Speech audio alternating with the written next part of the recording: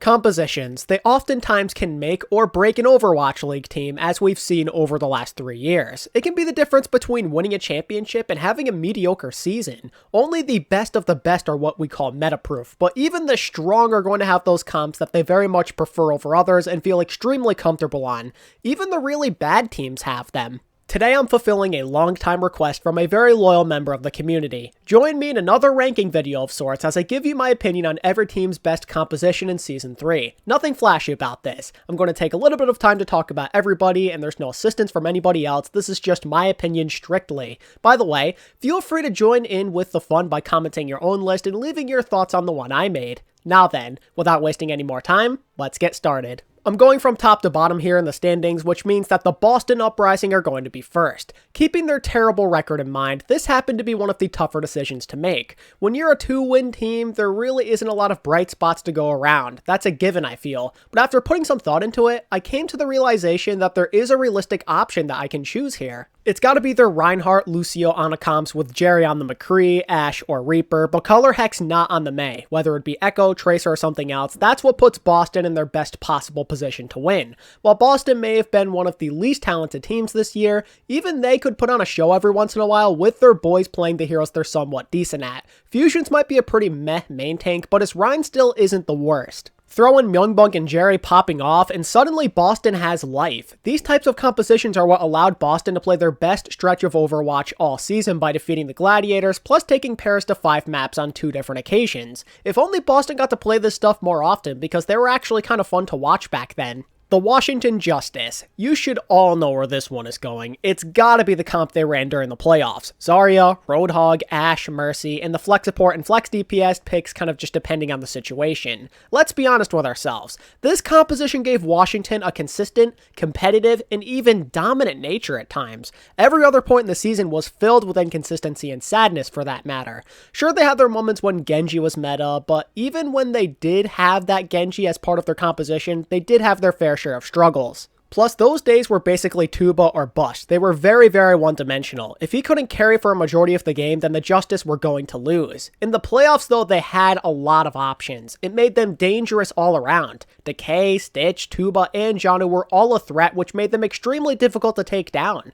In my opinion, this was a no-brainer selection. The Vancouver Titans. If I included their old team before it all fell apart, this would be easy, but since that team only played 4 games, I don't really feel right going down that path. So looking at the rest of their season, it kind of had a similar trajectory as Boston. Pretty lackluster for a majority of the year with a few peaks here and there. Because it was the only time they went on a win streak with this roster and appeared to be in control at least kind of during their games, I would say Orisa Sigma with some sort of combination involving Bapsen and Brig was their strongest. The DPS they played didn't matter all that much, so long as Shockwave could pop off and Dalton could make some good plays happen every once in a while too. So long as there's no Genji, I think anything else is acceptable. The point I'm trying to make though is that this is what they were using when they 3-0'd Dallas and Boston back-to-back, plus that upset against Atlanta. They managed to get a first round bye in a tournament because of this kind of stuff. It's the only time they had true relevance, and I feel like that makes this the only logical option as a result. The London Spitfire. There's 2 choices we can make here. We can go with what helped them go on a 3-game win streak before the pandemic hit, or the stuff that got them sporadic wins throughout their journey in the APAC region.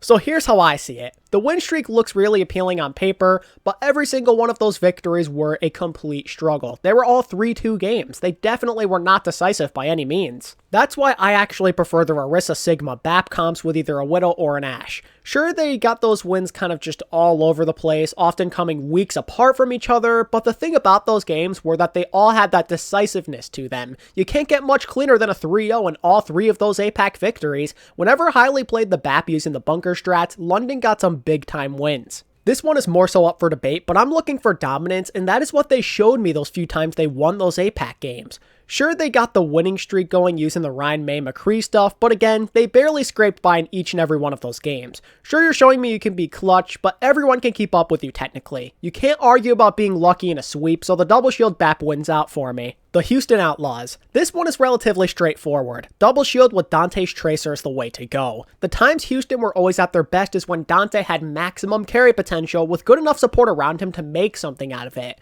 Hydration and Meko got into some decent rhythm eventually on their Orisa Sigma during the season, and they oftentimes set up some nice plays for Dante. As a bonus, the Linkser Widow alleviated a lot of pressure when he got on one of those hot streaks that he's notoriously inconsistent with. Speaking of inconsistency, that was the main problem with Houston on this comp. There were moments in time where they would synergize perfectly. When they were truly in sync, they were capable of toppling opponents who were much higher up in the standings, such as the Gladiators and Mayhem.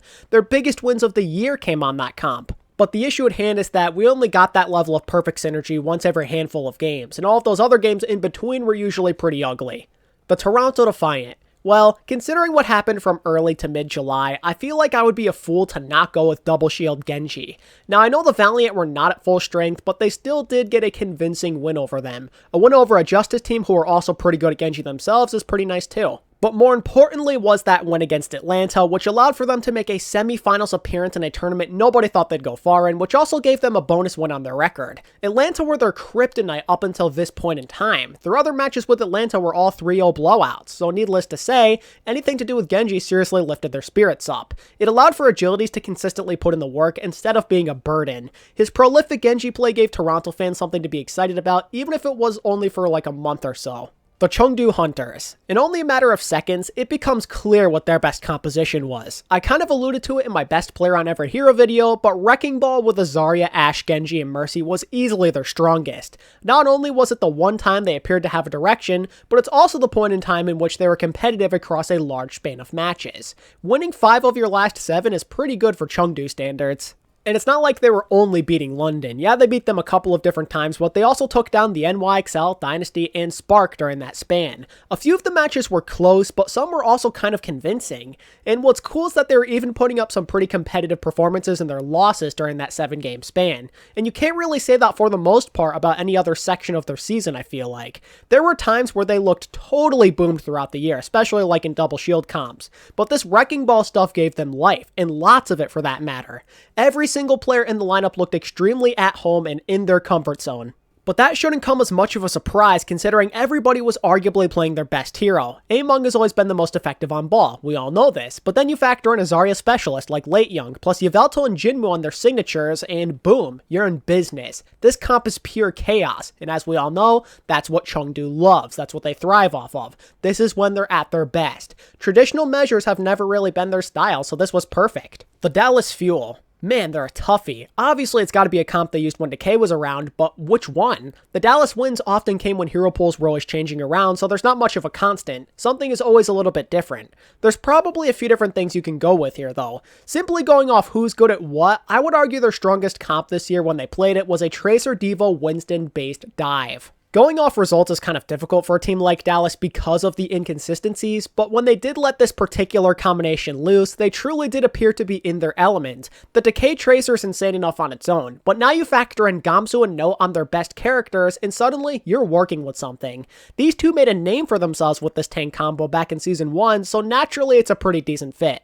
I always thought that having Crimson, Liana plus Doha on Echo, Reaper, or Sombra was a nice way to round out the lineup, by the way. It's a shame they rarely played Tracer Sombra Dive because that had some potential. Doha and Decay both on their signature heroes. They might have lost the game, but I still do remember how competitive they looked against Philly in that specific mirror match. But either way, their Winston Tracer Dive often got the job done the few times they broke it out. You get the point, so we're going to move on. The Atlanta Reign. Their best results, in my opinion, came in the early stages of the year. What they appeared to be the most comfortable on were Orisa-based compositions with Tracer Mei and or Hanzo with Dogman on the Ana. In my honest opinion, Gator was one of the better Orisa players in the league. I always thought he was pretty good with his Holt usages, but the real part of the show comes through that killer DPS rotation. Baby Bay on the Hanzo, Edison on the Tracer, and Erster on the Mei. Such a fantastic combination, and they all worked in perfect harmony during the early stages of the year, all taking turns making big time plays. It was the one time during the season when I genuinely felt confident in all of their DPS.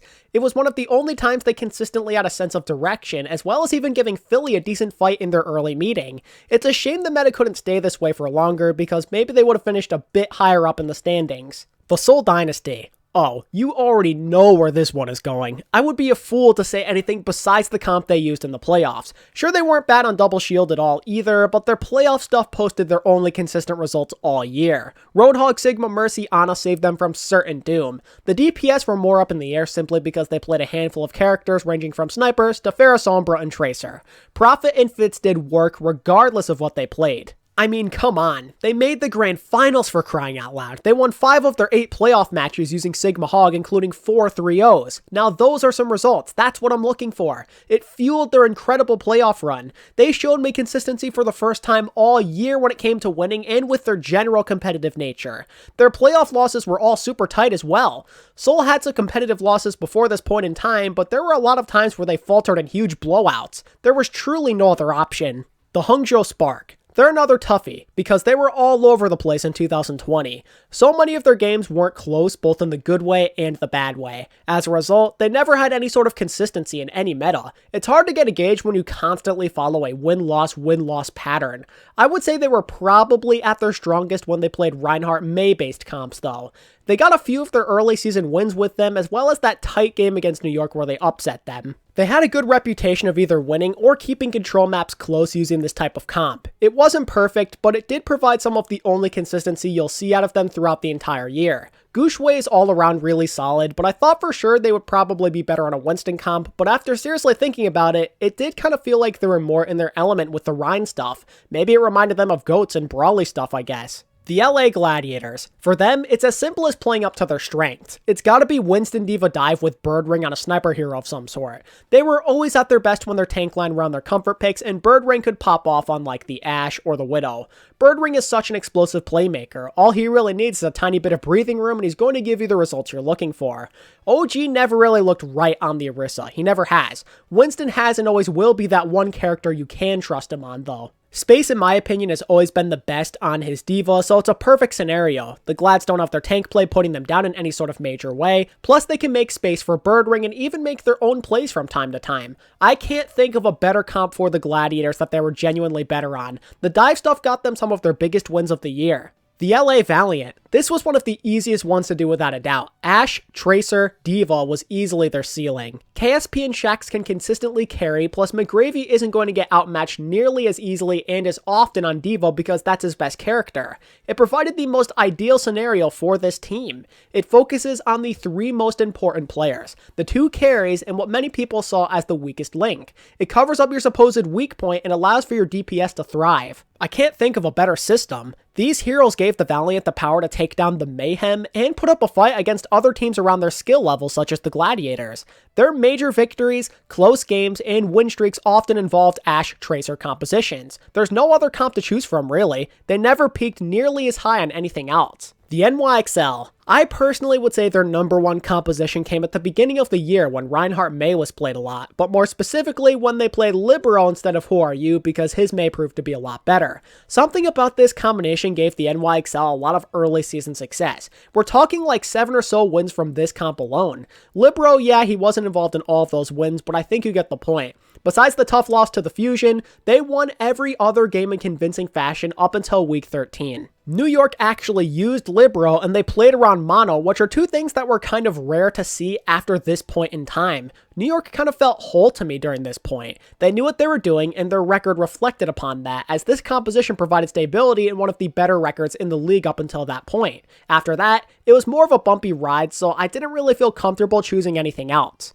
The Florida Mayhem. The Mayhem were consistently pretty great, but one composition they played definitely stood out more than others. Double Shield, Ashe, and Tracer was their bread and butter. The thing they were the most dominant on, like 100%, I have no doubt in my mind. That's when they hit their peak. That May Melee Finals appearance was largely because of that comp. Their synergy was truly a sight to behold. Much like the Valiant, the Florida DPS would go on these rampages. BQB and Yaki killed it on the Tracer Ashe combo. But they really weren't the only stars of the show. Fade and Gargoyle were absolutely lethal when using the Orisa Sigma duo. Fade has always been a very strong Orisa player, and Gargoyle was an all-around powerhouse on Sigma. Sometimes I honestly think that he gets overshadowed by Yaki and BQB because they truly were that good. No wonder they won so many times this year though. Pretty much everybody could carry or put on a solid collective team effort using this composition. The Guangzhou Charge. No need to think too hard about this one. It's Orisa Sigma Genji. They hit their absolute peak with it. They dominated their way through the Summer Showdown bracket and even took down the Shanghai Dragons. I need not remind anybody that it's the only time they ever beat them that year as well. It was the only moment in time up until the playoffs where an APAC team besides the Dragons were arguably the strongest in that region. The Flex God Eileen elevated his game to a near MVP level on that Genji, and I would argue that Chara, Rio, and Krung were on their best respective heroes of Season 3. This meta tremendously benefited Rio in particular, who was kind of average off the Orisa for the most part. Then you have Chara, who is legit on that Brig, and Krung, who is a top tier Sigma. The Charge made it work. They took advantage of their comfort. They outplayed everybody around them during late June and early July. The Paris Eternal. They're basically the NA version of how I described the Charge. They too were at their best during the Summer Showdown meta, consisting of 2 shield tanks and a Genji. It might have benefited Paris even more though. The tanks and supports were great on their respective roles, but the DPS proved to be the real difference maker. Both the stats and the eye test will tell you that Sparkle's Genji was arguably his best hero. And as you all know, I really do think he was the best Genji in the league. That type of impact he brought on this character was so monumental that it allowed for Paris to challenge and defeat the 2 top teams in North America. No other team in the entire league beat both the Shock and the Fusion this year. It's an accomplishment solely held by Paris. If it weren't for this picture-perfect meta, I don't think there's any way they make that happen. Adding on to their success with this comp, they won 10 games in a row with it if you include both the Summer Showdown and the Countdown Cup. Pretty crazy stuff. The San Francisco Shock. The back-to-back champs were good at mostly everything. It makes it very hard to make a choice. The Shock are winners. But honestly, the one comp I thought they were truly unstoppable on was Orisa, Sigma, BAP Zen with Striker on Tracer and Ans on Widow or Ashe. That might be one of the scariest things I've ever seen in the history of pro Overwatch. We're talking the best Orisa, the best Widow, and the best Tracer in the league, one of the clutchest Sigma players to touch the game, and arguably 2 of the top 3 flex supports in the league. How is that any fair? Oh wait, it's not supposed to be. It's stupid. That's what it is. You have to assemble an all-star team to even stand a chance of taking that head-on in a mirror match. So many top players on their respective characters who are MVP levels of good. Anytime the Shock whipped out that composition, you knew the other team's fate was sealed. It has no easily exposable weaknesses as far as I'm concerned. Anyway, next is the Philly Fusion. They were good at pretty much everything just like the Shock, but for me personally it really comes down to one of 2 comps. Either the early meta stuff with the Reinhardt and the Mei, or the late season Sombra comps. They had noteworthy achievements on both of them, but I honestly want to go with the first option. In my opinion, Philly were at their most confident state when playing Reinhardt, Diva, McCree, Mei, Lucio, plus either Ana or Baptiste depending on the map and situation.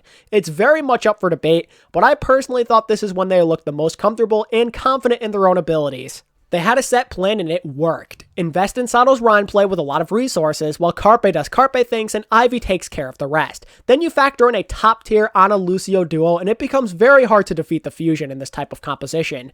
Whether they had a sizable lead or it was back and forth, you could always count on them to come on top with this type of comp. They made the NYXL look like chumps and they could even keep pace with the Shock, who had a pretty nasty Rhine comp of their own. Watching Philly play this was a joy. They showed true masterful gameplay. Last but not least is the Shanghai Dragons, the final dominant and versatile group who were good at mostly everything, but I would say they were at their best on Winston Sombra variants of the stuff they ran throughout the year. You have Fearless putting in extra work on his ultimate carry hero, and Lip was either the best or second best Sombra in the league depending on who you're talking to. These characters not only helped the Dragons pull off the comeback of the year, but it got them through more than a few tough matches throughout the entire season. It gave them that extra boost to a team that was already insane because the supports were really consistent, and then Fleta and Void were absurdly versatile, so they always found value no matter what they played, whether it be Diva, Zarya, Echo, Tracer, you name it. Shanghai had it down to a science. They made it look really easy. Even when they had their backs against the wall, you could never really count them out until the match was definitely over and they lost.